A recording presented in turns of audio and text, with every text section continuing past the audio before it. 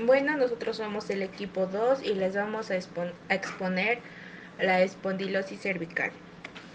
En la tabla de contenido vamos a encontrar la anatomía, que esta a su vez se va a dividir en los huesos que la conforman, músculos, nervios e irrigación. Y la biomecánica, que esta va a estar conformada por los ligamentos, tendones y movimientos con su ROM. En los huesos cervicales son más pequeños que las demás vértebras espinales. La función de la columna cervical es contener y proteger la médula espinal, soportar el cráneo y permitir los diversos movimientos de la cabeza, como por ejemplo rotarla de un lado al otro, inclinarla hacia adelante o hacia atrás. En los músculos. A nivel del cuello hay músculos dorsales, laterales y prevertebrales. El tabique nucal divide la musculatura de la nuca en mitad derecha y mitad izquierda.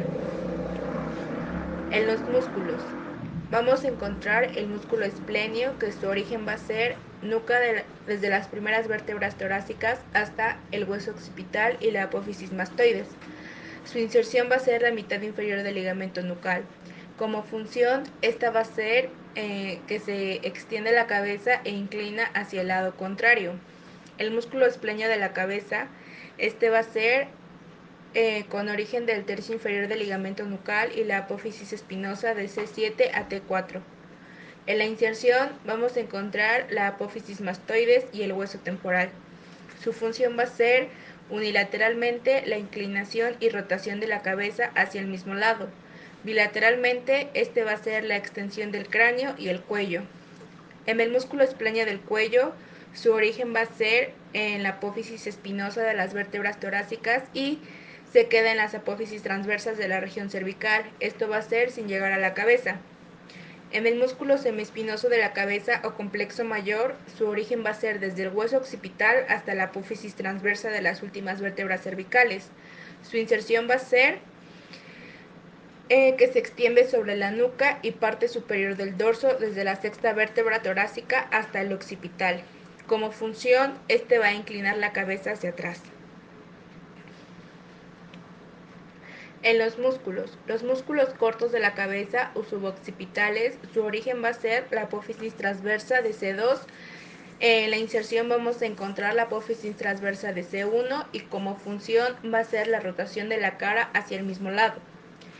El recto posterior menor de la cabeza, su origen va a ser el tubérculo del arco posterior del atlas.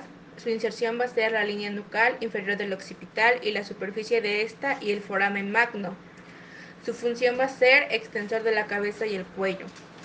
En el recto posterior mayor de la cabeza, como origen vamos a encontrar la apófisis espinosa del axis. Su inserción va a ser la línea nucal inferior del hueso occipital. Como función, extensor y rota la cabeza. En el oblicuo superior menor, este va a ir del atlas al occipital. En su inserción, la apófisis transversa del atlas por fuera del agujero transverso y termina en el tercio externo de la línea curva occipital inferior. En función, este va a inclinar la cabeza hacia su lado y la rota al lado opuesto. En el oblicuo inferior mayor, este va a ir desde la apófisis espinosa del axis a la apófisis transversa del atlas. En la inserción va a ser la cara inferior y el borde posterior de la apófisis transversa del atlas. Como función, este va a inclinar la cabeza hacia atrás. Ahora vamos a pasar a los nervios. Pues bien, los impulsos nerviosos circulan desde y hacia el cerebro por la médula espinal hasta una ubicación específica a través del sistema nervioso periférico. El sistema nervioso periférico va a ser el sistema complejo de nervios que se desprenden de las raíces nerviosas espinales. Estos nervios circulan fuera del canal o médula espinal hasta los órganos, brazos, piernas, dedos, es decir, por todo el cuerpo.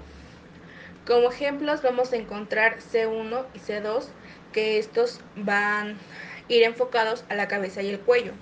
El C3 al diafragma. C4 a músculos de la parte superior del cuerpo, por ejemplo el deltoides o el bíceps. C5 y C6 van a ser extensores de la muñeca.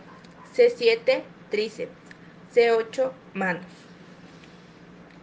En la irrigación vamos a encontrar Que la irrigación de las estructuras de la cabeza es provista por las ramas de los vasos sanguíneos que recorren el cuello, como por ejemplo la arteria carótida común y vena yugular interna, la vena yugular externa, arteria y vena vertebral, arteria y vena cervical profunda, plexos venosos vertebrales y la arteria espinal ventral.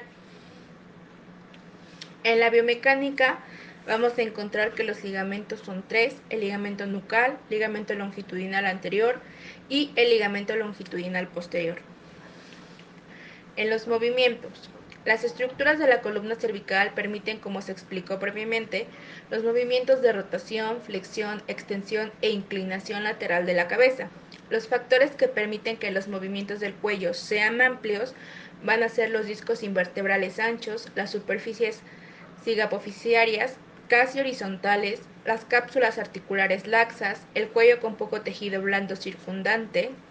En la columna torácica el principal movimiento es la rotación. También hay una inclinación lateral muy restringida y no hay flexión a este nivel. Y bueno, eso sería todo por nuestra parte. Gracias.